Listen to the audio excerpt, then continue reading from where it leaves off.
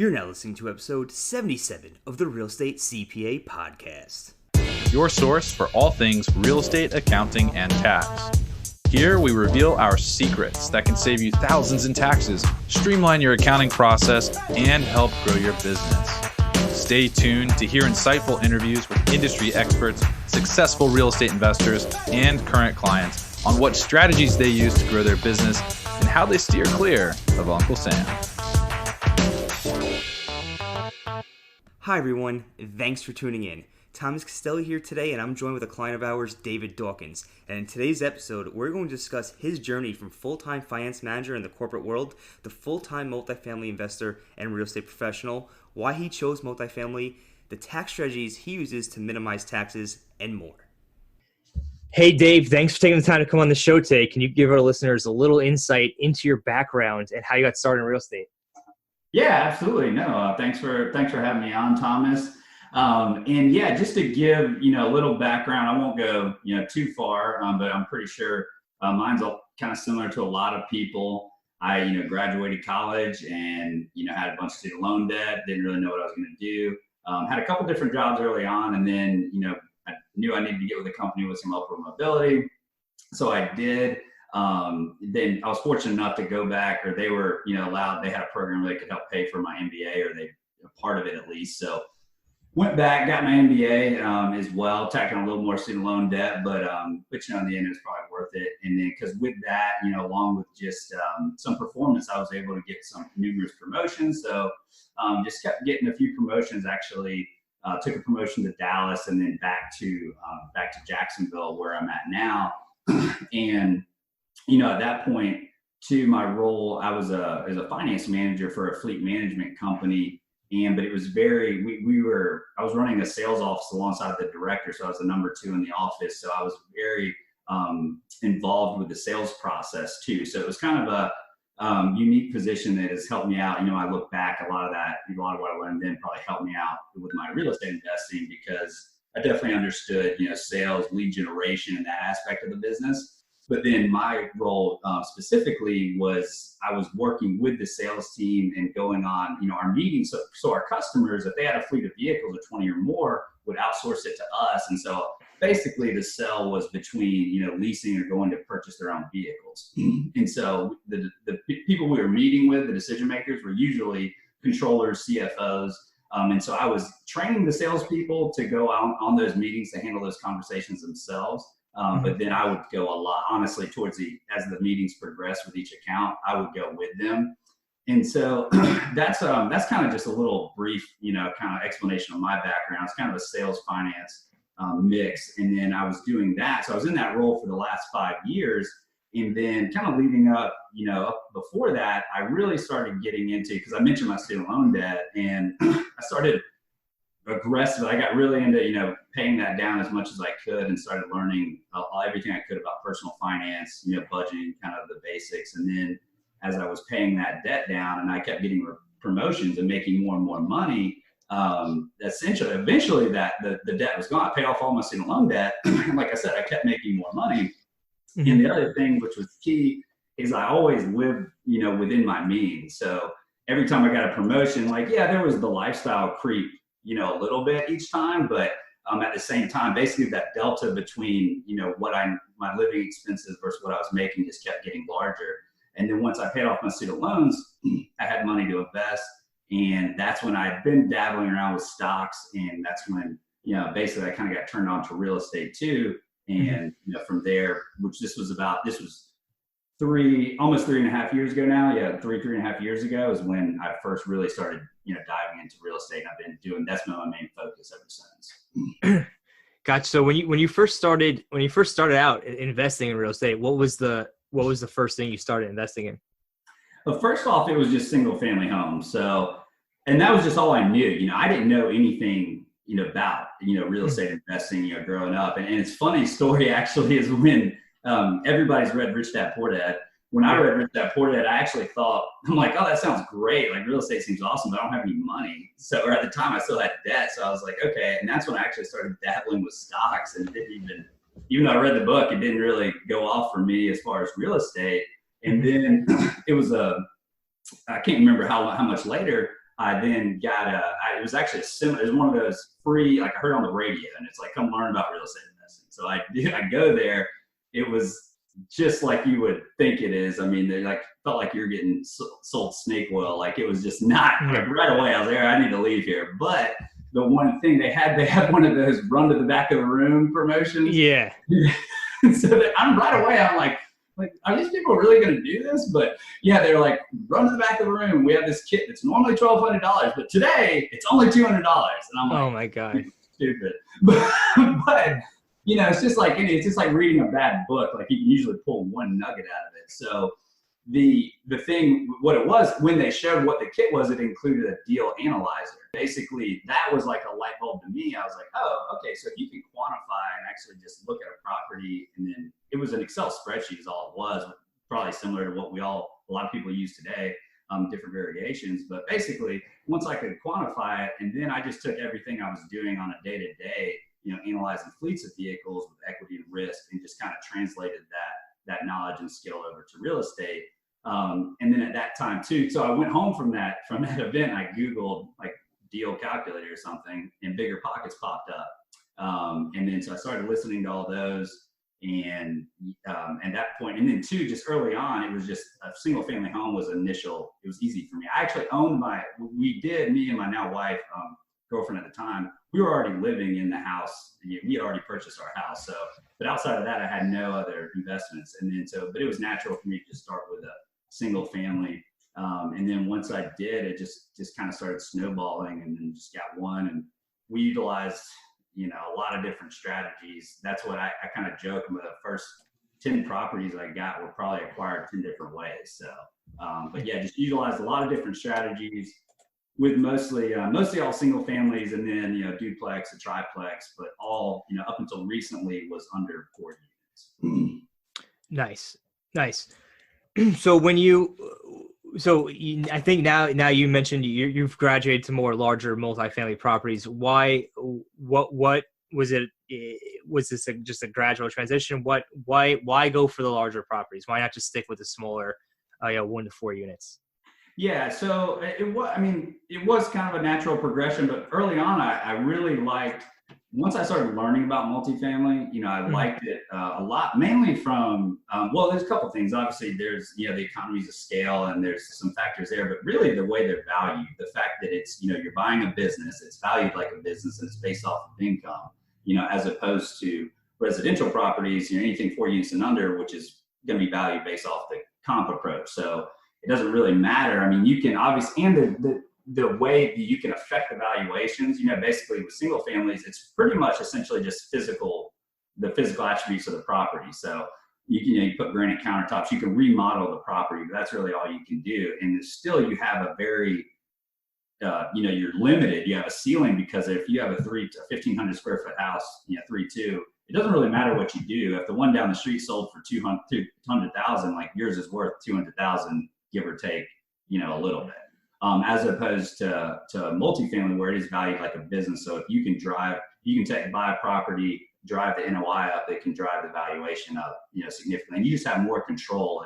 And there's obviously still, depending on from a lending, what the capital markets and like what financing people have available at the time, like it's not completely within your control, but you do have more control as opposed to single family, where the kind of market, it's more about catching the right market cycles and things of that nature. So that, I would say, yeah, just basically probably the control of the valuation of the property is one reason why I liked it. And there's a lot more moving parts. So there are more ways that you can drive income, you know, and lower expenses, as opposed to a single family. You know, one, it's not valued that way, but even if you just from a cash flow standpoint, I mean, you can only charge so much in rent. There's really generally no other income, you know, that you can generate other than just the base rent each month. And then on the expense side too, there's just not as many ways that you can cut expenses. Gotcha. No, 100% will agree with what you're saying there. On the multifamily side, when you're in that more commercial space, the valuations being able to drive and force appreciation through increasing NOI definitely is is many times more desirable than leaving it to the comparable sales method that you're going to be dealing with in the smaller residential properties, the 1 to 4 units. Switching gears just a tad. So I know, before you would talk a little bit about your position and how did you know, in paying off your debt, how did you know when the right time was to leave your full-time job and to pursue full-time real estate investing? That's a tough question. Like it wasn't necessarily one, I guess, just if you're out there like thinking like you probably won't. There was never a time where I was like, oh, this definitely 100%, this is the right decision. There was always like, even when I was doing it, when I was telling my bosses like, hey, I'm leaving, there was still in the back of my mind a lot of like basically like, oh crap, like is this the right decision? And I'm not going like, because what I was making I was paid off the bottom line. We had been making a lot of money. My pay was going up each year. So it was one of those situations from the outsider's perspective, they probably like, you're an idiot, man. Like, why would you leave that? And still, to be honest, it was a good position. I had a lot of autonomy and there was a lot of attributes that I liked, but I just still, at the end of the day, there was a lot that I didn't like. I wanted complete, control of my day. And I felt confident because I was working so hard for them. And yeah, I was getting rewarded with making more money, but at the end of the day, I started learning. When you start studying like all the wealthy, they own assets, whether it be, real estate or even businesses. Like that's the difference is, I was making more income every year, but at the end of the day, the owners of the company, they're the ones that were getting all the equity, and that's why I think you can get enamored. It sounds a lot when you're making, 6-figure plus like income, but at the end of the day, if you're not taking that, if you're not living within that income and putting some over to acquire assets, like over the long run, you may live a comfortable lifestyle, but you're still always just, basically consuming what you're taking in each month. And so that's where I knew long-term that I felt like I needed to be more of a business owner in real estate. I was enjoying it, first off, I enjoyed it more. Kind of another factor was I just wasn't as happy at my work. I just was getting to the point where I wasn't happy. I wanted complete control. And I kept running these, pro-con analysis, like I'm sure everyone does. Yeah. And it was getting to the point where the only pro was the money. And I'm like, man, that's just not like, there's other ways to make money. And obviously people make a ton of money in real estate. So I was like, okay, if I can just divert my efforts, everything, how much time I'm spending here, if I take that same discipline and actually apply that, if I'm working 50 plus hours a week on real estate, like I'll make it work. So it's kind of a long answer to your question. I never really knew, but it got to a point where, and first off, when I left, like I joke people like, oh, you quit your job? And they say kind of like, oh man, did you just get mad and like pull a Jerry Maguire one day and leave your job? Yeah. And I'm like, no, dude, like I planned this for 3 years. So I kind of pretty much from when I started investing, once after that first or second rental property, I kind of started realizing, I was like, okay, this is where I'm going to go. So I prepared, this was like 3 years in the making, and leading up to it too, I also I had put a large cushion aside, cash, reserves basically for 6 to 12 months. So I knew, I was like, okay. And I had some income coming in from my existing portfolio, not to completely live off of, but it would basically be like a slow burn off of my cash reserves. So I knew I was giving myself a good long runway. And at the end of the day, I kept coming back to, the way I make a lot of decisions, the first thing is what's the absolute worst case scenario? And I really thought about it. Worst case scenario, this fails. I have an MBA and a good resume of work experience, of managerial experience. And so I was like, I'll just go get another job. So it wasn't the absolute end of the world. And then, obviously the upside, it was just basically like, is the possible upside worth, taking that risk? And so I looked at it and it was, and then the timing of it, it just kind of happened to be at the end of our fiscal year. We'd actually just had our best month ever. So I was going to get this huge check on the way out. So it was just, there was a culmination of factors for the specific timing, but there wasn't like one moment where I knew this was it. There's a lot of factors that went into it. No, that's very good to hear. And I know that a lot of our listeners are going to love to hear that type of story and kind of the thought process you had to go through and the steps you took, saving up the money, saving up the cash reserves, realizing, hey, look, I'm not going to be making 100% of my income off of real estate when I make the leap, but at least I have this runway to help me kind of bridge the gap. So that's good to hear. So now that you're full time. No, I was just going to say, and I think a lot of people get caught up. I hear it like trying to replace their income. And if you're making a decent income, I mean, dude, it doesn't take long for you to figure out, a couple $100 from a rental property. Like it's going to take you a ton of rental properties to make that income up. And so that's what you have to start looking at, the whole picture, but mainly too, I was comparing it compared to my expenses. It's like, hey, because all the extra money I was investing. So I was like, okay, now I have more time. I can get creative. There'll be other ways that I can still continue to invest, but how far am I away from just covering my monthly expenses? That's the kind of way I looked at it. Gotcha. So you just said, hey, look, I'm not looking to to cover my entire income. You're more or less just looking to cover your monthly expenses. And you got to a point where you're comfortable enough where you had enough money coming from real estate to almost cover your expenses, and you just kind of have to draw down some of your savings. Exactly. Yeah. And I just knew, I was like, if I do this full time, I'll be able to make that gap up pretty quick, was the thinking. And, so far it's worked out. Got it. So now that you're full time, what does the future look like for you now? Yeah. So now, because now that I'm full time, been focused completely on, multifamily properties. And so that's really the future. My goal because I'm here in Jacksonville is I want to be, the expert, the guy for multifamily between 20 and 100 units. I want it to be, and Jacksonville's a market that's, depending on the listener where you're at, but it's not, obviously it's not in New York or LA. And so you can run, like I've ran from the property appraisers, the search on those properties that fall in that criteria. And that's not the surrounding counties, but you're talking, 150 to 200 properties. And so I basically, my goal is fast forward a few years. Like if you name any property that falls within that range, in Jacksonville, then I'm either going to, own it or know about it. Because I've talked to the owners, I've talked to brokers, and I've tried to get it. So yeah, so that's my plan, is to just focus on that niche of multifamily and just really become the expert for that real estate niche in Jacksonville. That's always good to hear. It's always good to hear that, when someone's focused on a specific niche. You see a lot of people out here these days, chasing different asset classes, different size properties, but it sounds like you're just really zoned in one specific target. Are you looking, or one specific range rather, are you looking to eventually expand from that, or right now it's just mastering that and just making sure that you're rock solid on that in that one specific I would area? say right now it's mainly just to master that, and even with it, there's obviously even more criteria, that what I'm specifically looking for, to narrow it down even more. But really, and the reason for that is, if you look, obviously once you get to 20 units or above, then it kind of weeds out some, obviously the single family, the smaller investors, but it's not. Once you start getting over 100, once you're over 200-300 plus, you start competing against institutional, money that's obviously creates a different, challenge for you. And even, that 100 plus, there's a lot of these regional, syndicators that they don't really want to mess around with anything 100 plus. And a big reason for that is because of the property management. When you're under 100 units, you don't support a full-time property manager or an on-site property manager.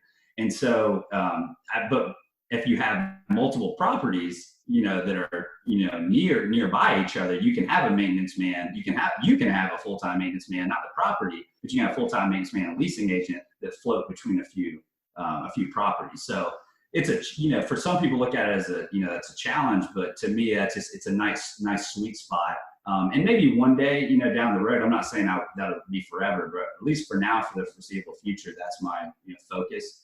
And then, I guess, at some point I could see going into larger properties, but for now, I just want to, master that and then progress from there if I feel that way in the future. Gotcha. Makes sense. So before we just jump right into some tax questions here, because we are an accounting and tax podcast, we do have to eventually get to that. What do you have any advice for someone who's in the same shoes as who's looking to make the jump from full-time to W-2, from full-time W-2 job to a full-time investor? I would say, one, you just have to, and it just depends. It's hard to make like one general advice for just everyone out there. So, but to give kind of a general tip is just be, very honest and aware of your own personal strengths and weaknesses and what where you're coming from. Because, for example, I see, you hear a lot of people that want to, dive right into multifamily, like large, like 100 plus units. And that's, can it be done? I mean, sure. I mean, I'm sure there's people that have done it out there, but usually the ones that had, they had a maybe unique set of skills. Maybe they're an older professional individual already that had a lot of, had a high net worth themselves, and their immediate network of colleagues and friends are also high net worth individuals. So that person, is going to make that transition, much easier than the average, even, me, at this point or something, trying to go after these huge properties, or me, 5 years ago. So that's what I would say. Just be honest with yourself about what your goals are, and make sure they're realistic and they fit your current skill set. And then from there, on top of that, though, just, make sure financially that you have enough reserves. So just save up cash reserves so you can weather the storm if things don't take off from the beginning.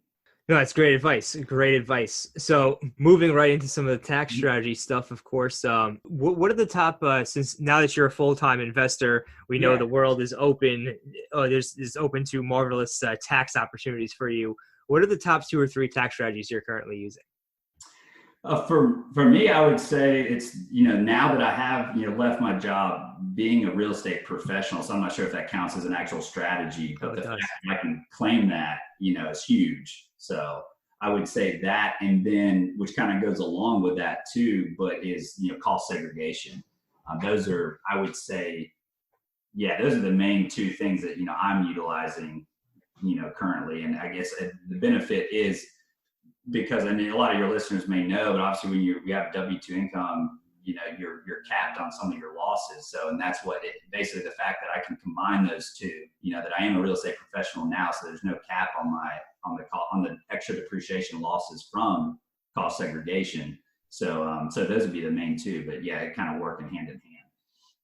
That's great to hear. So basically, when you left your full-time job, you now had the opportunity to meet that real estate professional test at 750 hours and more than 50% of your working time, which is very challenging, if not flat out impossible for people who are working a full-time W-2 job to meet. And then from there, you're able to combine that strategy with cost segregation to really maximize the amount of losses you can take against your other income, essentially. Yeah. And that was, I will say, in working with you, like, that's one thing that I understood the concept of cost segregation.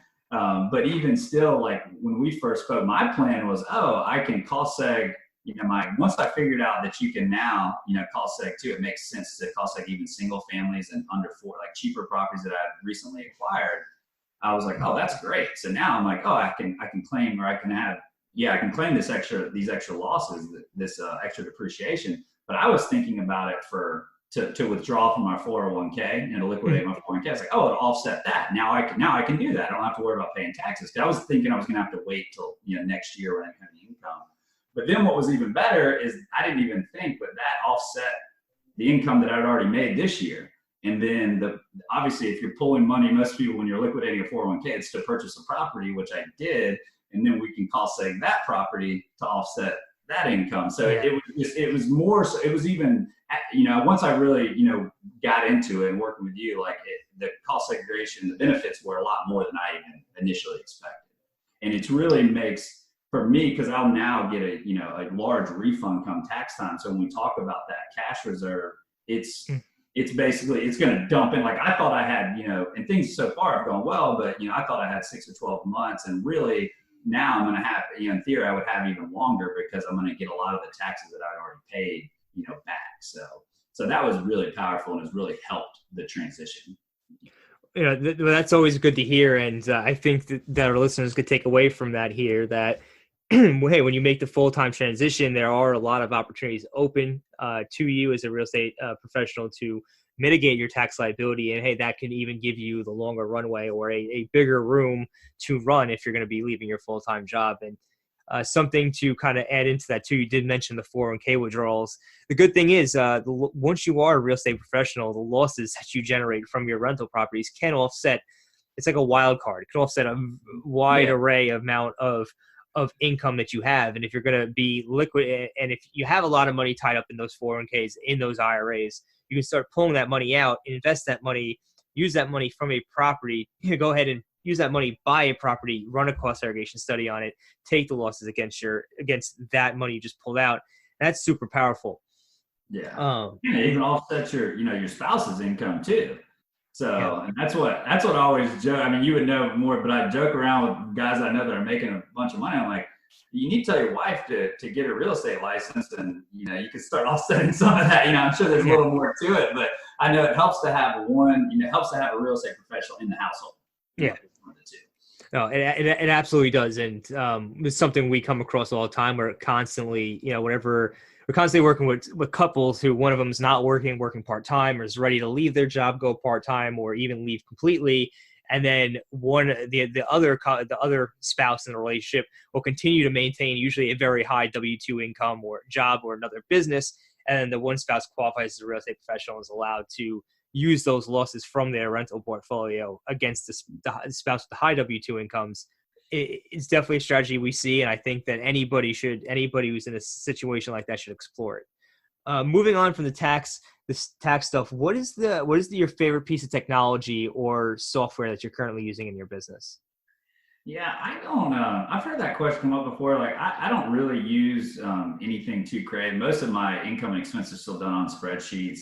But if I had, and I really don't have that many apps, but the one that I would use, and this is kind of specific to tax, is there's an app for Evernote, which is basically a receipt scanner. I think you've mentioned Expensify before. I'm assuming they're kind of the same thing.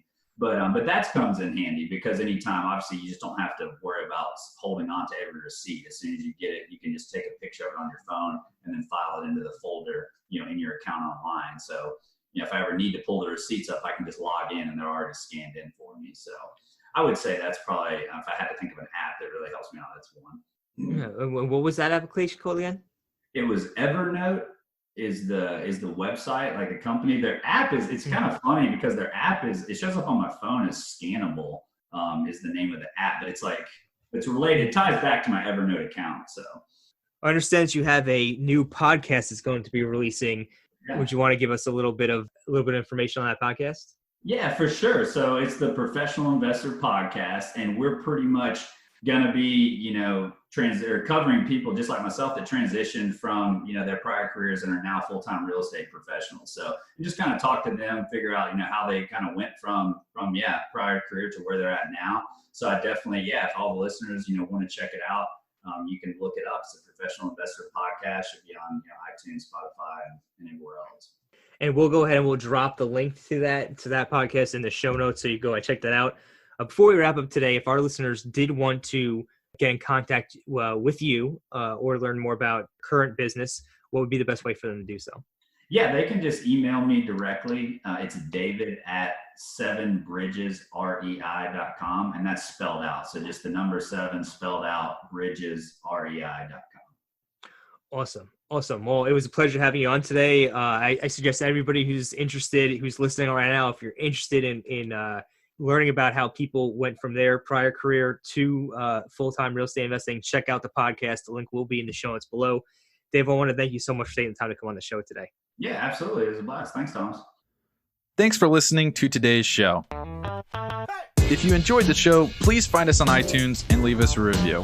You can also email us at contact@therealestatecpa.com with any feedback or topic suggestions.